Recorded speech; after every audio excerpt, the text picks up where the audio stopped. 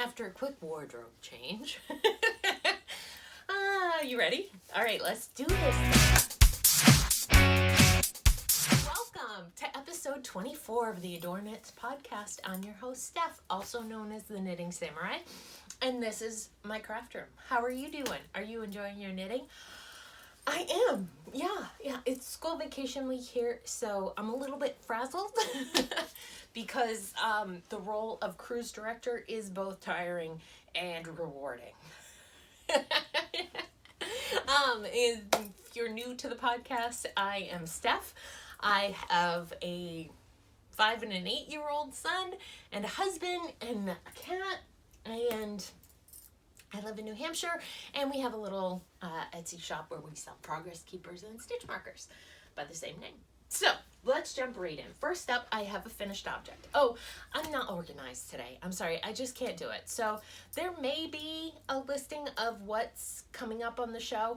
I didn't take any notes and I don't have any in my head. So, surprise, we'll see how it goes. So my 5-year-old, he's actually 5 and a half, Tristan, yesterday he had a loose tooth and it was like 45-degree angle forward, and we went to visit his father for a minute at work during the day just to drop something off, and Tristan said, "Daddy, can you get my tooth out?" And I don't think he understood what he was asking for because Steve grabbed a hold and pulled the tooth out. So Tristan has officially lost his first tooth. Much earlier, I think Ro was 7. We figured it out when 18. Yes. Lost his first tooth, and I was not prepared. It's so funny because Roland, a lot of his traits are like Steve's side of the family, and Tristan is definitely more like my side of the family. Big feet, the way he laughs, and right down to the just going through things earlier, like he's bigger than Roland was at that age, taller, he's thinner, but whatever. It's just interesting to see the difference in how they grow. So Tristan was like, "I need a tooth fairy pillow." I knit Roland one 2 years ago that is roughly, I should have grabbed him. Toothy is, he's as tall as my hand and like that much wider. And Tristan wanted his toothy to be a lot smaller. So this is a Knit Picks pattern. It's free. It's not the greatest pattern, so it doesn't have a lot of detail. I would not do it if I was a newbie, a new knitter.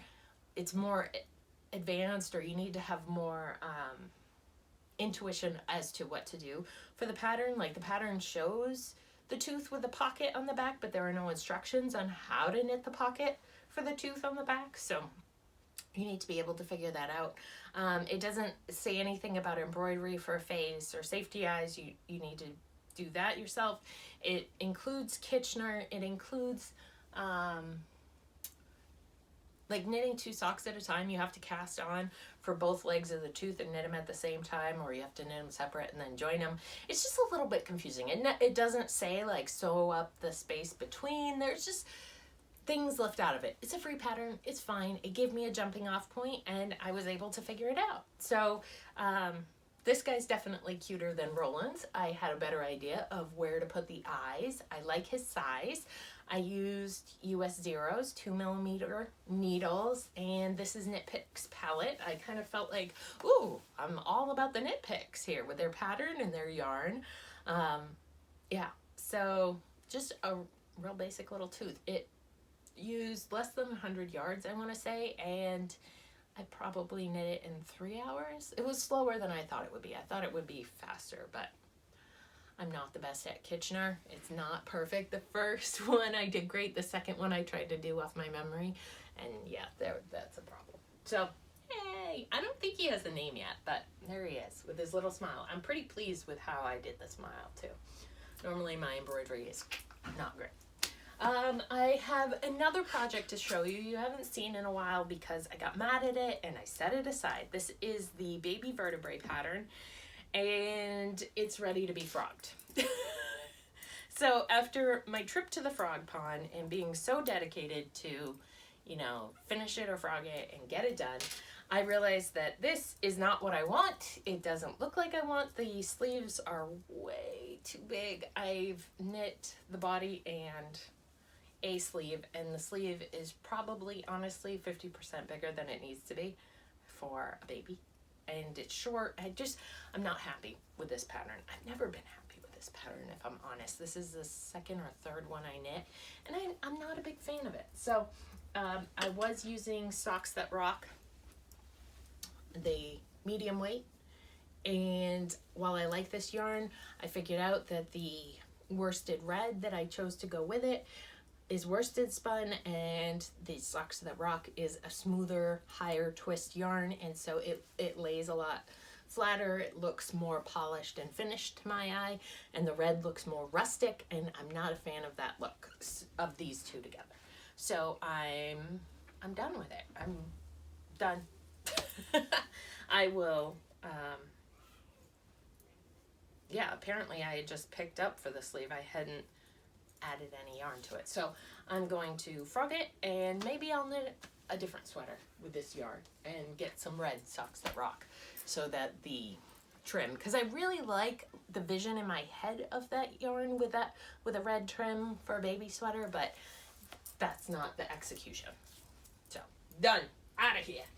My DVD, Socks That Rock, Desert Vista Dye Works Sock of the Month Club. It is February 23rd right now. I have the first one done. You've seen it. Here's the second one. Can you hear kids screaming? They're all outside. My two and the neighbors too. They're all playing out there right now. So that's how the house is quiet. So there's where I was last time you saw it. I worked my way up the foot. I turned the heel in the car on Sunday. We went to the New England Aquarium, and I did striping just to make it a little more fun for the heel flap. And now I just need to knit the leg of the sock. They're going to be pretty close. They're not identical twins. They're definitely fraternal. They're definitely brothers. But yeah, so 1, 2, 3, 4, 5, 6, 7, 8, 9, 8 stripes, and then I start 1 by 1 rib instead of 2 by 2 rib, which is what I typically do across the top of the foot. And this is the pattern I've knit more than any other pattern in the world, which is Wendy Johnson's slip stitch heel with the gusset. There's the yarn, in case you were curious. It's a beautiful striping yarn. I hope I'm not standing too close. I want to be close to you. So that's in my Fat Squirrel bag. That's my January, February bag. Next, you've seen this before. The shawl I have been working on for my mom is, we're getting there, right? So this is Sun-Soaked Yarns, the Hummingbird colorway. She does have it up in her shop over on Etsy if you like this color. I am using size 3. I think I told you I was not a fan of these needles, so they will be going in timeout. This is a shawl pattern that I don't remember if it's free or not, but you're increasing every single row a different amount of stitches every single row, and you need to go up to 300 plus stitches. And so every time I have 20 more stitches at the end, I add a stitch marker so that I'm not constantly counting it. So I know that right now I have 100. Oh my God! I have 100 on each side, which means 200. I was thinking I had to go to 300 plus on each side. I'm way closer to done than I thought. Whew. Okay, good. That's excellent news. Thank you for helping me with that. I knit this in the car on the way home. Oh, I dropped a stitch right there. That's not ideal. That's not at all ideal. Yeah, there were some bumps.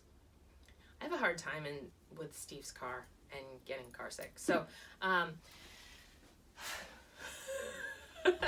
this pattern, would you like to know what it is the 22.5 degrees shawl by Martina Bem.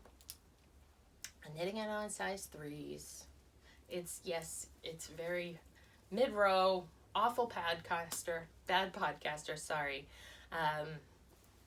But the constant number of increases that you're working on each row, this is a great a great pattern for a variegated yarn, because the constant changing stitch count causes your yarn to line up your colors to line up at a different point, and so you don't get, I think, yeah, like 2 rows is the most I've seen on this of color pooling, flashing, whatever, like purple on purple. So that's great to me. That makes it look even more interesting. So that is coming along. It has outgrown my Valentine's bag, and Valentine's Day has passed, so I'm going to retire him until next year. That was bag named by my mom for my boys. Okay, and lastly, in this giant, I think it's her Aran Weight sweater bag by Fat Squirrel Speaks, because there's a sweater in here. So I went on a tear for about 5 days where all I wanted to do was work on this. And then it's got past the 20th and I realized, I've got to finish those socks for the end of the month. And that shawl, I had said I wanted to finish it for the end of the month, and I'd really like to get those things done and off the needles and out. So I set my sweater aside, but I have been working quite hard on the Garden Gate by Jennifer Steinman. I think it's Steinman. I'll put her name there.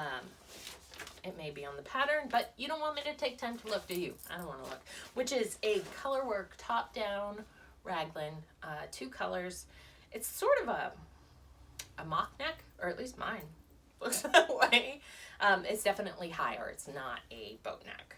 And I have a color mess here. I am using Baby Merino 100% superwash from HOBBII. I told you last time that there were 2 knots in the first skein. That's it. There were 2 at the very beginning. I haven't had any knots anywhere since.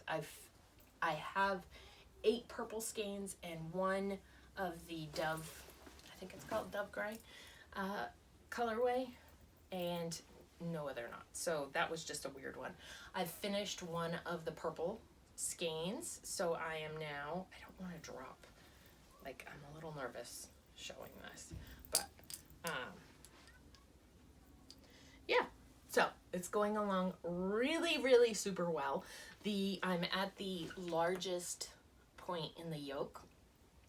The increases happen a lot earlier than they actually need to, but once you get to this, like, I don't know, my color work got better as I went along. I'll say it like that. I don't know if it's the pattern, the way the increases were worked, or if it's just my technique got better.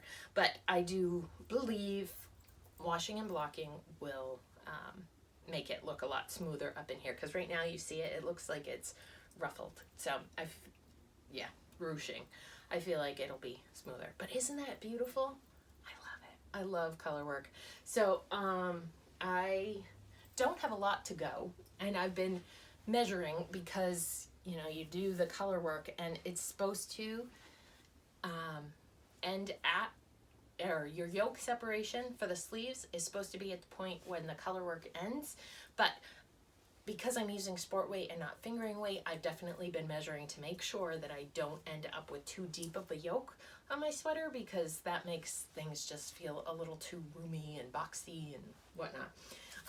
I chose to knit the 43-inch bust, and that's exactly what I am.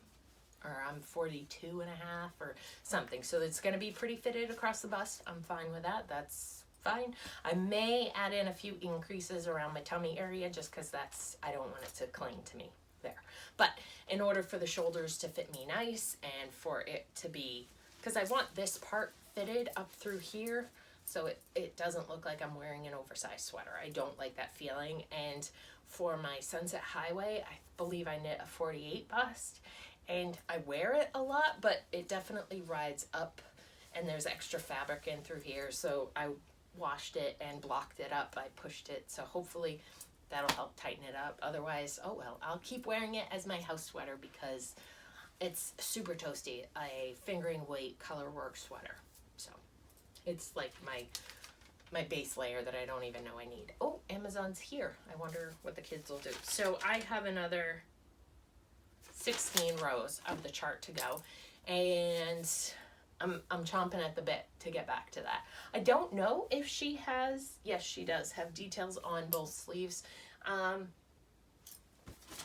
It's a little loud for me. I might make them smaller, and I will definitely make the sleeves, can you see them? I'll definitely make the sleeves more fitted than that, because I do like a snug sleeve. I like everything close fit. So, you want to see it again? I'll just show it to you again. Yay! Don't you love a yoke sweater? I could definitely go up a needle size, but not size circumference, a cable length. But I'm almost done, so I'm gonna keep it like this. And this makes it actually pretty easy for scooting the stitches along. I'm using my Knit Picks interchangeables for this, because I like my Knit Picks interchangeables. And I did make a mistake one day, very early on in the chart, like 2 rows into the I want to say like where it gets really colorful, where you have to do a lot of color work. I did make a mistake. I did do a lifeline, sort of post an afterthought lifeline, if you will. So I took another smaller needle and went through and picked up every stitch the row below where I made the mistake, and then the next time through I knit back onto the correct size, and I put stitch markers at every single repeat so that I are the kids not here? Oh, I can see one. I did put a stitch marker at every repeat so that if I got off again, I would immediately catch it. And I didn't. I haven't had a problem since, so it was just an unlucky section. So there's that. I think I have said enough. I will probably do a little bit of clips from the aquarium, because who doesn't love watching fish swim? I love it. Roland took a ton of pictures. So while he was snapping pictures, probably 300 pictures while we were there, I did videos. So we'll see how it all turned out in the end. So I hope you are enjoying spring wherever you are, your spring break if you're on it. And yeah, have a great 10 days or so until I talk to you again. Bye.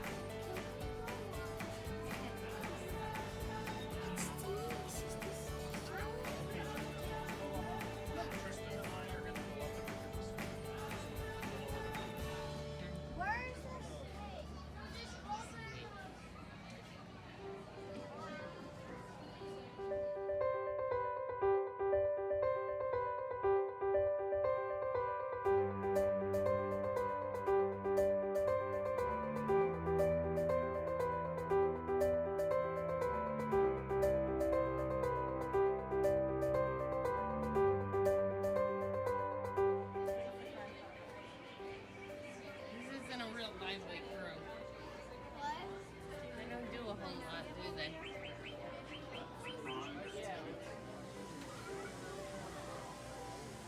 Another one was hiding.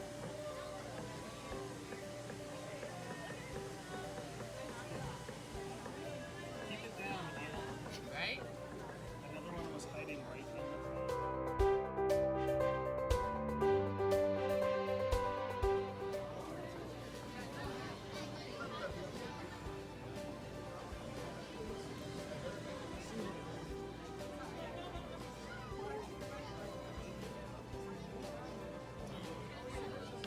That's how I imagine spiky when you bubble. Yeah, he's got some bumps on him, doesn't he? It feels spiky, but it's actually not spiky.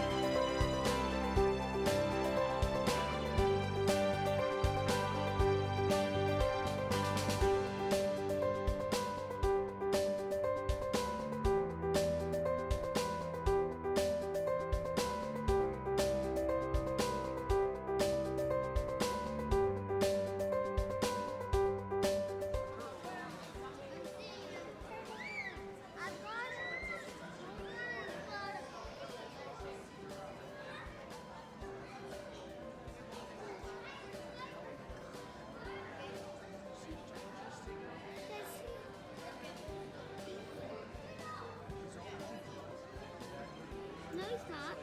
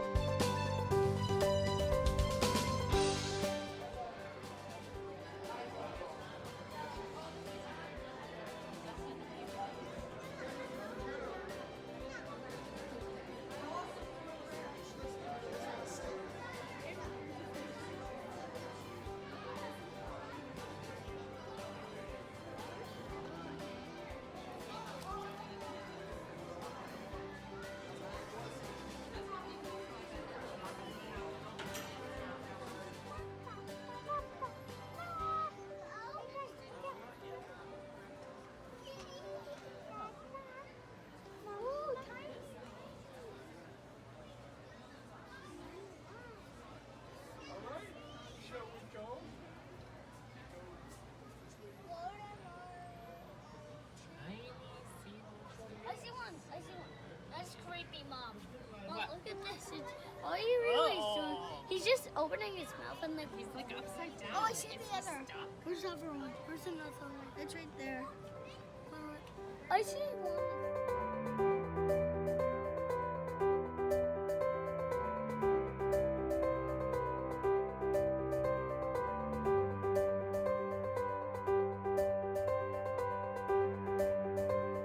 Which barely cover 1% of the ocean surface, but still somehow end up giving a whole estimated 25% of all marine life. This cyberscape goes reason itself, so everything in the portion under threat from those.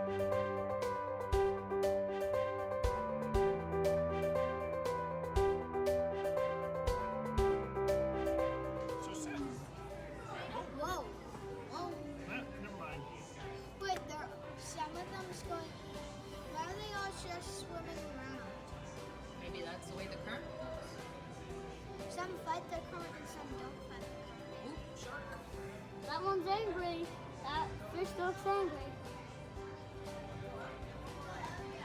There's two of them. I'm like, hey, let's go be sharks over here.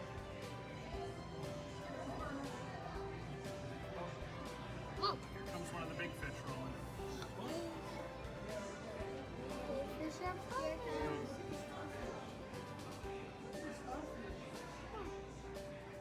I'm gonna back. Move your head. Where's my mom?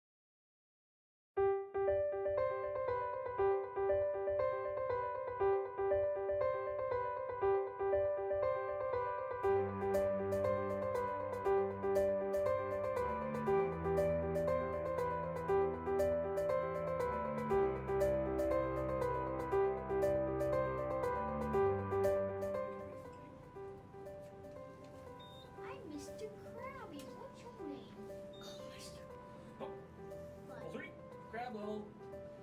Wait, does it go all the way up to starfish?